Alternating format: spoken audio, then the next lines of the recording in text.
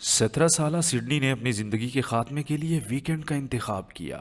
رات کو اس کے والدین ایک دعوت میں مدعو تھے۔ یوں کسی کی مداخلت کا اندیشہ نہیں تھا۔ وہ اس مقصد کے لیے ایک میڈیکل سٹور سے خواب آور گولیوں کی ایک شیشی چرانے میں کامیاب ہو چکا تھا۔ 40 کی دہائی کی بدترین کساد بازاری کے باوجود جب ہر دوسرا امریکی بے روزگار اور پریشان تھا، کسی میڈیکل سٹور سے بغیر نسخے کے نیند کی گولیاں خریدنا ممکن نہیں تھا۔ اہل خانہ کے جانے کے بعد رات 9 بجے اس نے کچن کا رخ کیا۔ اس نے پہلے مشروب کے ایک گھونٹ سے خشک گلا تر کیا اور پھر نیند کی گولیوں کی پوری شیشی ہتھیلی پر الٹ دی۔ اس سے پہلے کہ وہ گولیاں پھانک سکے، اچانک دروازہ کھلا اور ایک آواز گونجی، تم کیا کر رہے ہو؟ یہ اس کا والد تھا جو اپنا ہیٹ گھر بھول گیا تھا۔ سڈنی پہلے تو گھبرایا، پھر اس نے اعتراف کر لیا کہ میں غربت اور تنگ دستی کی زندگی سے تنگ آ کر خودکشی کرنے لگا ہوں۔ اس کے والد نے، جو پیشے کے لحاظ سے سیلز مین تھے، ڈانٹنے کے بجائے صرف اتنا کہا، ہم 5 منٹ کے لیے گھر سے باہر واک پر چلتے ہیں، واپسی پر تم چاہو تو اپنا منصوبہ پورا کر سکتے ہو۔ بیٹا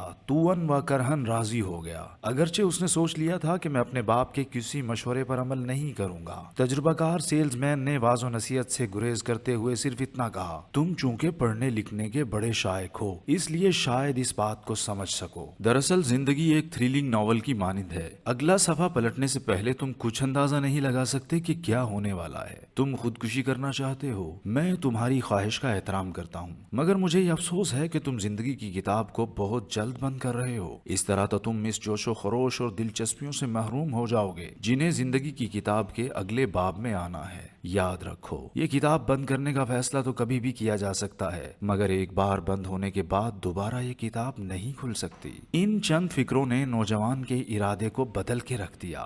17 سال کی عمر میں خودکشی کا ارادہ کرنے والا وہ نوجوان دنیا کا مشہور ترین ناول نگار سڈنی شیلڈن تھا۔ 99 برس کی عمر میں انتقال کرنے والے سڈنی سے فکشن کی دنیا کا شاید ہی کوئی قاری بے خبر ہو۔ اس کے درجن سے زیادہ ناولوں کی 30 کروڑ کاپیاں فروخت ہو چکی ہیں۔ یہ ناول 51 زبانوں میں ترجمہ ہوئے۔ سڈنی کے ناولوں میں ہر باب کا آغاز اور انجام تھرلنگ ہوتا، رواں شگفتہ نثر اور دلچسپ ڈرامائی پلاٹ کے باعث قاری ہر کتاب ایک ہی نشست میں پڑھنے پر مجبور ہو جاتا ہے۔ سڈنی شیلڈن کی اپنی زندگی بھی کسی ڈرامائی ناول سے کم نہیں۔ اپنی خود نوشت the other side of me میں سڈنی نے انکشاف کیا کہ آغاز میں وہ فیکٹری ورکر، جوتوں کے سیلز مین اور ریڈیو اناؤنسر کے طور پر کام کرتے رہے۔ آخرکار وہ نغمہ نگار بننے کے لیے نیو یارک پہنچ گئے۔ وہاں انہیں خاصے تلخ تجربات ہوئے۔ وہ ایک تھیٹر کے باہر ہاکر یعنی اونچی آواز میں بولنے والے کا کام بھی کرتے رہے۔ جب موقع ملا اور حالات سازگار ہونے لگے تو سڈنی پر ڈپریشن کا دورہ پڑنے لگا۔ دراصل وہ تمام زندگی ایک نفسیاتی عارضے،